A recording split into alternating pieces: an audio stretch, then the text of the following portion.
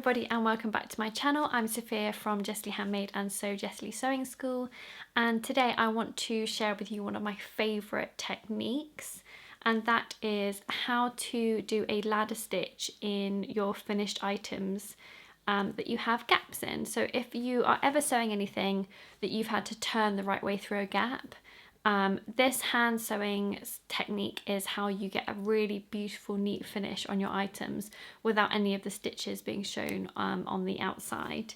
In today's tutorial, I'm actually showing you how to do it in a scrunchie. Obviously you can do this on your machine, it will just be visible. But this ladder stitch is really useful to learn, especially if you're making things like stuffed hearts or any stuffed toys. It's a really neat way of finishing all your items and things that you're making. So hopefully you'll be able to see this, because it's very hard to do such close-up work, and I've got a special camera lens, but it does refocus all the time. So hopefully you won't get too annoyed with watching this. And I hope it's clear enough for you. But if there's any questions, please do comment below and I will try my very best to answer them. So yeah, enjoy the video. Hello everybody, so for this tutorial I'm going to show you how to do a ladder stitch to seal gaps in your work shut without being visible on the outside. So you can use this on any stuffed item like a stuffed heart or a teddy bear. Wherever you've had to turn something the right way through a little gap, this is how you can shut it in a very professional and neat way. Today, for this example, I'm using a scrunchie that I've made, and you can of course top stitch this shut, but I'm going to show you how to do it with a ladder stitch. So the first thing I'm going to do is find my gap, and I'm just going to pin it together.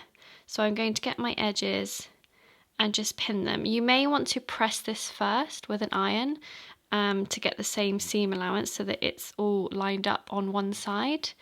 And then we're just going to put a couple of pins in this just to hold it in place. Okay, so now that I have my gap pinned shut, I've got a needle and thread here. I am using contrasting thread just so you can see what I'm doing. But essentially what you're going to do is find where the gap starts. So I can see that my sewing machine has joined it from that point. So I'm just going to insert the thread so that it pops up just on the inside where that started. I've tied a knot in the other end of my thread, and I'm just going to pull that up through, trying not to get it caught around the pin, so that my knot is going to be neatly tucked inside that gap. So if I turn it this way, so I've come up in this one side. Now, the reason why it's called ladder stitch is because if you imagine that these two folded sides are your straight edges to your ladder, and we're going to make the horizontal steps across.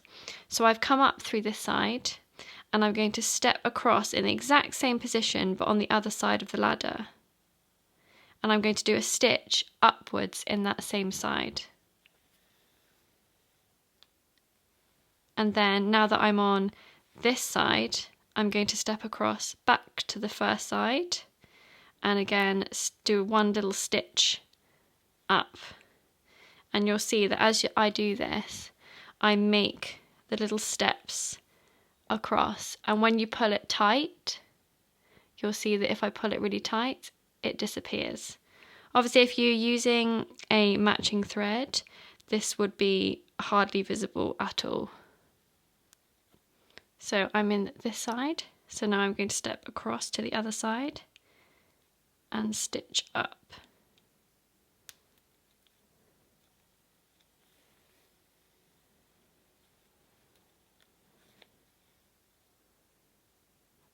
And then step across to the other side and stitch up.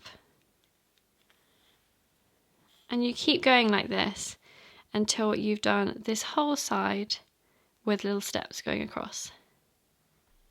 Okay, so when you get near the end and you are still doing your little steps across, all you're going to do is turn around.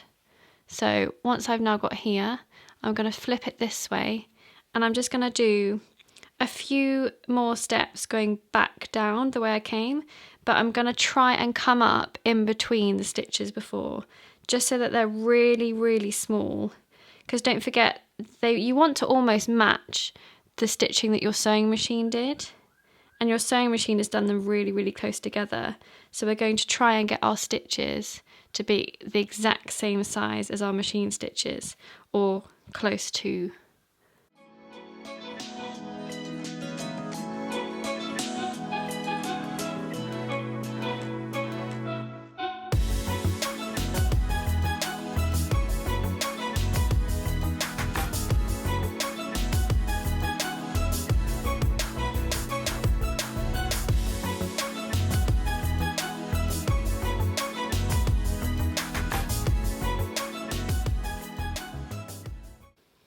And once you've done that a few times, you can just trim that off. And there you have it, our slip stitched edge.